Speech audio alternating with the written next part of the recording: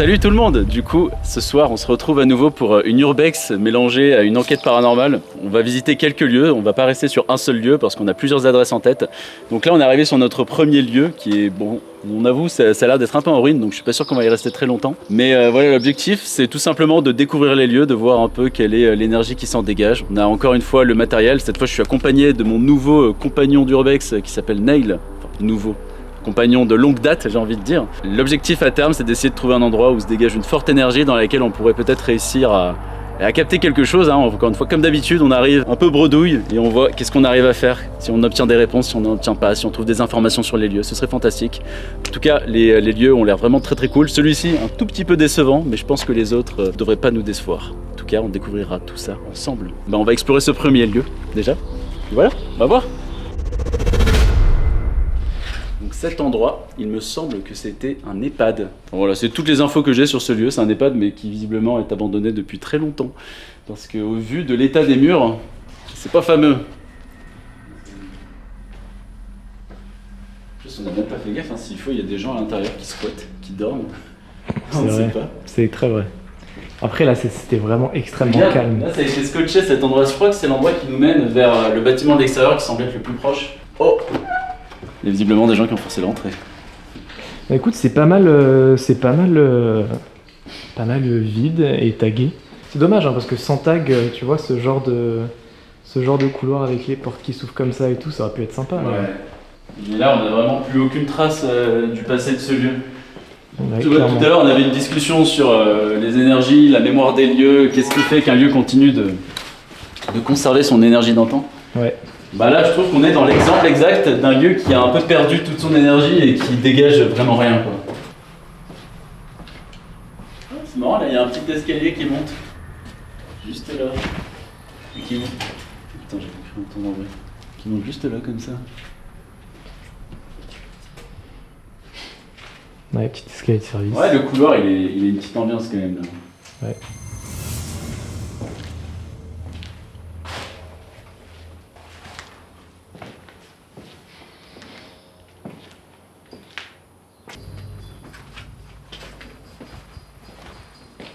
Il va juste être détruit. Ah, ici, il y avait un ascenseur. Mais après, je suis quand même content qu'il y ait personne, que ce soit tranquille. C'est une bonne intro, je trouve. Ouais. Genre, ça fait plaisir, on est bien. C'est cosy, c'est chill, surtout si après on enchaîne avec un lieu dans lequel l'atmosphère est beaucoup plus lourde. Ouais. Mais c'est vrai que tout seul, voilà, l'ambiance peut être.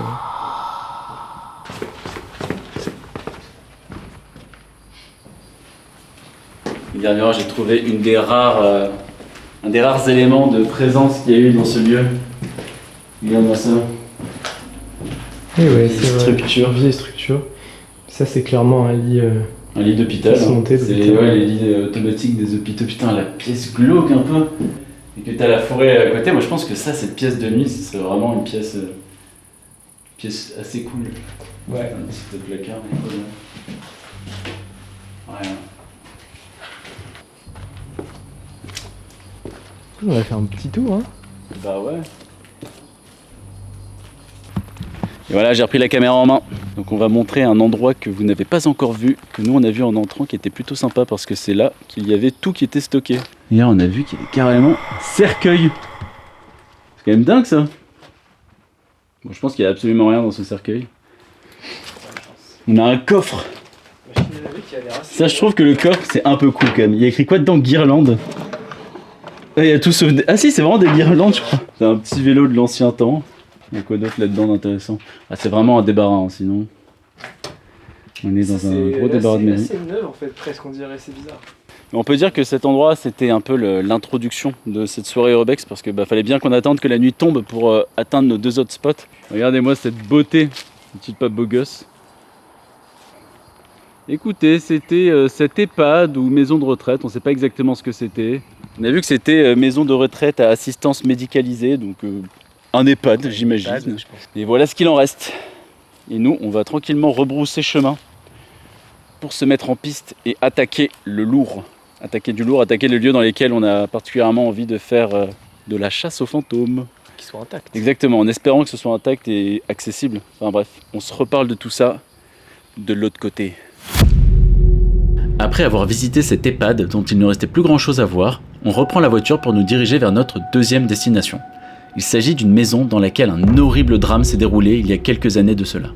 Un homme s'est brutalement fait assassiner par son conjoint dans la chambre même que nous allons visiter. Je tiens à préciser que notre intention n'est en aucun cas de perturber le repos de cette personne, ni de lui manquer de respect. Nous sommes simplement là pour inviter des énergies à se joindre à nous, si elles le souhaitent et si elles sont présentes. Dans ce cas précis, vous allez voir que tout ne se déroulera pas comme prévu lors de notre exploration.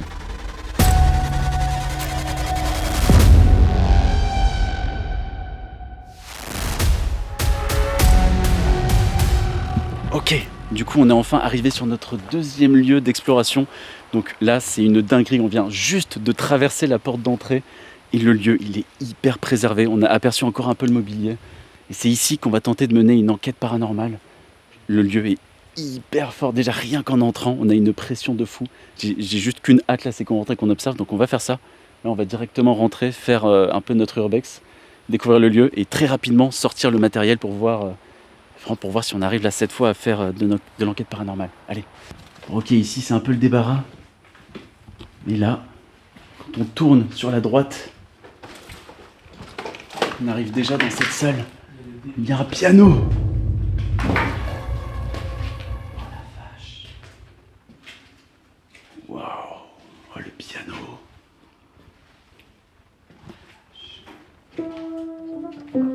Oh, il est un peu accordé en plus.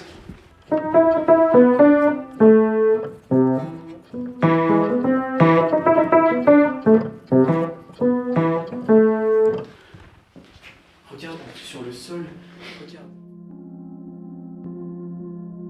La pratique de la décoration, guide de décoration, classique French style, l'art de la France.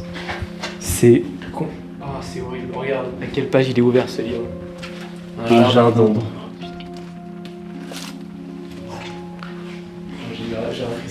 On doit admettre, on est choqué de tomber là-dessus. On n'a pas l'habitude de faire des urbex aussi préservés comme ça. En plus avec le chapelet là. Évidemment, on est là vraiment pas pour dégrader, juste pour prendre des images.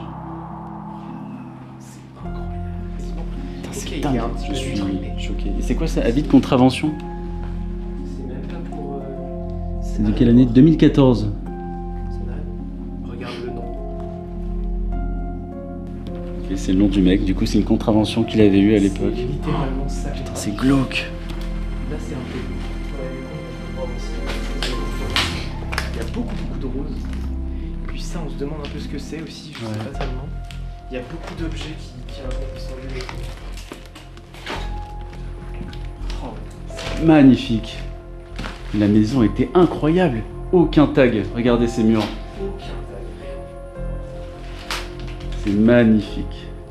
Ah là, on a vraiment un aperçu de quoi ça ressemble. Regardez aussi, c'est un petit peu d'esprit, mais pas beaucoup. Regarde, il y a encore des poils ici. Le canapé, le parapluie, encore des objets qu'il devait venir d'acheter. L'ambiance est définitivement. Quand on voit le mobilier avec et tout. Putain, là on a tout le truc. Oh là là. Ouais, c'est des fleurs en plastique, peut-être qui ont été déposées là en sa mémoire. Là ici, je pense que c'était une espèce de chenille cet endroit. Il y a encore tous les câbles et tout. On a son micro-ondes. Ce qu'on a lu avant sur les articles du coup sur cet incident, sur ce drame même on peut dire, c'est que l'homme était assez un incognito. Et je pense que c'est pour ça que le lieu a été complètement laissé à l'abandon après sa mort, parce que son assaillant, il a voulu prendre d'assaut un peu sa fortune. Du coup, il a juste tué cet homme pour essayer de lui voler tous ses biens, toute sa fortune. Et il a fini avec 25 ans de prison, la peine maximale. Ici, on a encore des relevés à son nom. Il y a des relevés à son nom, regarde.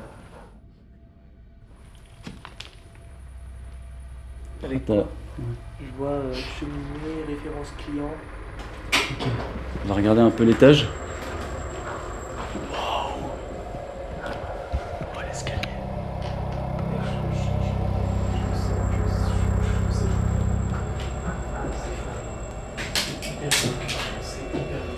C'est giga glauque.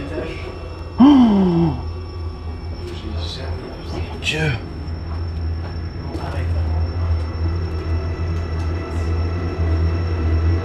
Donc ça, Ça, c'est le lit dans lequel il s'est fait assassiner. Et on a encore ses vêtements. En gros, dans ce lit, il s'est fait attacher par ses sangles. Voilà.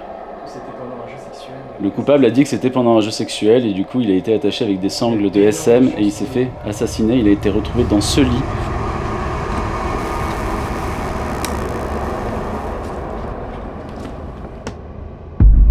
Vous avez peut-être entendu ce chien qui aboyait depuis quelques minutes. Il se trouve qu'un voisin dont nous n'avions pas vu la maison a été alerté par son chien et nous a dit de partir sous peine de prévenir la police.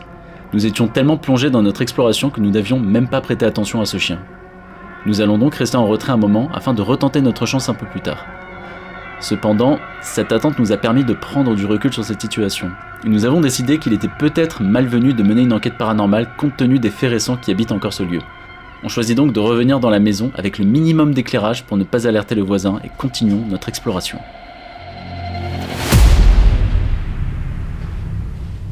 Je vais refermer cette porte.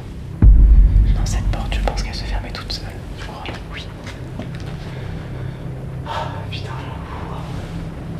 j'avoue que sur la portière, j'ai un doute.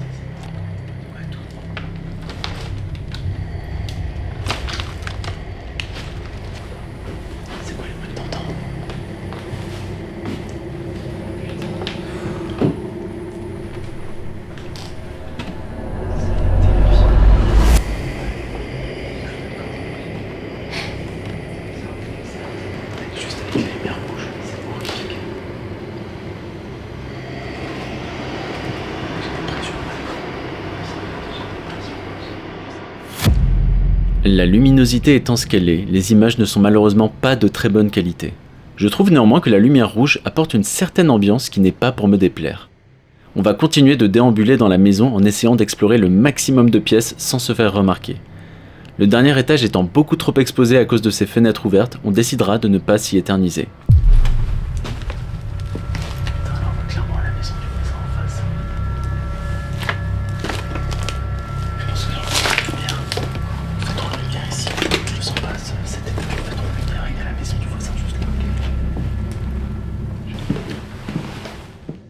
Maintenant que nous avons visité la grande majorité de la maison, je choisis quand même d'allumer le MF afin de savoir si une quelconque énergie souhaiterait se manifester ou se joindre à nous. Équipés de cet appareil, nous allons faire le tour de la maison une fois de plus, mais nous ne pousserons pas la démarche plus loin, tout simplement pour les raisons que j'ai évoquées plus tôt. N'hésitez pas à toucher.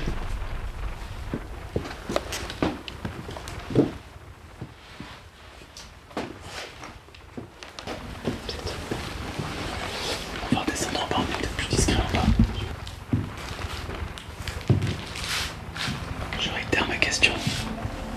S'il y a quelqu'un ici, parmi nous,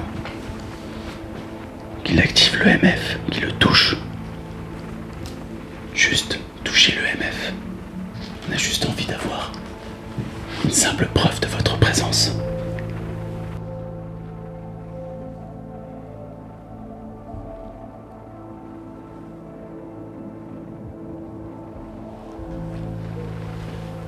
Allez, si vous pouvez toucher le MF.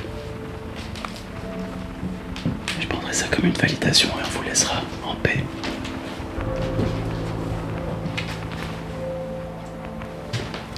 Il n'y a rien, c'est calme. C'est très calme. En plus, tout à l'heure, tu as joué du piano avec le MDR. C'est vrai. J'avoue que c'était un peu abusé. En même temps, je croyais qu'il y avait vraiment personne à côté de lui. Ouais. Bah, je fais rien. Je laisse tomber, c'est bon, je vais pas insister. Plus que ça.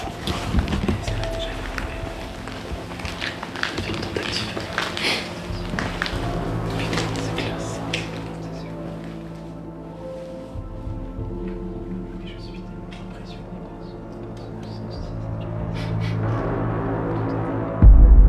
Une fois de plus, l'EMF ne nous aura donné aucun résultat. Nous choisissons donc de faire un dernier tour des 2 salons afin d'apprécier une dernière fois la beauté de cette maison. Nous nous dirigeons ensuite tranquillement vers la sortie, chamboulés par la tristesse qui parcourt encore les murs de cette demeure.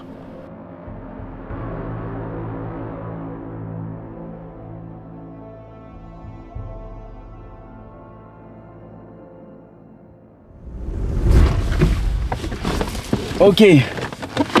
Bon, du coup, on vient tout juste de sortir du lieu là, on est enfin retourné à la bagnole.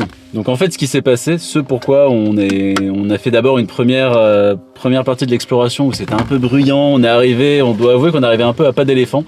Et après, en fait, on a entendu un voisin qui a commencé à nous appeler avec son chat qui nous aboyait dessus. Et en fait, il s'est trouvé que le voisin était très très vigilant et qu'il est venu, il a dit qu'il appelait les gendarmes. Donc on s'est barré, mais on voulait surtout pas en rester là, quoi. C'était vraiment impensable pour nous, vu la qualité du lieu et à quel point c'est impressionnant. Donc on a un peu attendu 2h30, mais le truc c'est que pendant ce temps-là, on a commencé à se dire est-ce que c'est vraiment éthique de mener une enquête paranormale dans un lieu comme ça? Parce que pour l'histoire de ce lieu, c'est vrai que je l'ai raconté de façon très éparse, mais c'est quand même un gars qui s'est fait assassiner par son conjoint dans le lit où on est arrivé avec la caméra. Et au moment où j'avais la caméra sur cet endroit, je me disais mais qu'est-ce que je suis en train de faire, quoi? Est-ce que c'est correct de faire ça? Enfin moi j'avais l'impression que c'était pas forcément correct et c'est trop récent, c'est trop violent et il y a quelque chose de pas top, quoi. Je sais pas. C'est vrai que la sensation c'était que quand on était là-bas, en fait, on s'est dit c'est vraiment une histoire récente et extrêmement violente. Ouais. Et on s'est dit, enfin, je sais pas, peut-être que c'est vraiment une scène de crime, littéralement. Donc on s'est posé des questions. On n'a pas envie de mettre ça en scène. Je sais pas, moi je me sentais pas bien. Quand on est arrivé au premier étage, qu'on entre dans la chambre et qu'on voit vraiment ces espèces d'outils qui ont vraiment été les outils qui ont été servis pour tuer le mec, en fait. Peut-être qu'après ça a été remis en scène et tout, mais ça ne m'étonnerait pas que ça ait été retrouvé dans des placards et que ce soit vraiment les outils qui ont attaché le gars lorsqu'on l'a tué et tout. Donc voilà, je sais pas, faire une vidéo là-dessus, un peu avec mes appareils. D'habitude, c'est quand même un peu ambiance détente. Là, ça aurait été vraiment lourd. Et ouais, pas forcément le bienvenu, pas correct. Mais voilà, on a juste fait cette petite urbex, mais comme on savait qu'il y avait ce voisin hyper vigilant, dans le plus grand des calmes, lumière rouge dans le noir. Et d'ailleurs, on doit admettre que quand on est dans le noir total dans ce lieu dont on connaît l'histoire, on n'est vraiment pas rassuré. Plus on monte à l'étage, plus c'était oppressant. Plus il fait chaud et tout, c'est glauque, hein, c'est vraiment très très glauque cet endroit. Hyper glauque. D'habitude, on est là pour l'histoire, on est là pour ça, alors que là, cette fois, c'est particulièrement récent, c'est particulièrement trop récent. Violent. Et en fait, c'est... Mais bon, avoir cette expérience, pour nous, ça nous paraissait intéressant. On voulait juste pas trop insister, en fait. Voilà. C'est surtout ça, sur les appels. Et on n'avait pas envie d'être intrusif un peu dans la vie de ce gars et possiblement de ses proches, quoi. Donc voilà, pour nous, ça s'arrête là. En tout cas, ça reste quand même une soirée qui était plutôt cool, hein, finalement. On était parti sur une enquête paranormale, mais on s'est pu se retrouver dans une urbex plutôt angoissante. Mais ça reste une super expérience, quoi. Et j'espère que la prochaine fois, on réussira à la faire, cette enquête paranormale. Et qu'un de ces quatre, on aura vraiment des résultats. Allez, je vous dis à la prochaine.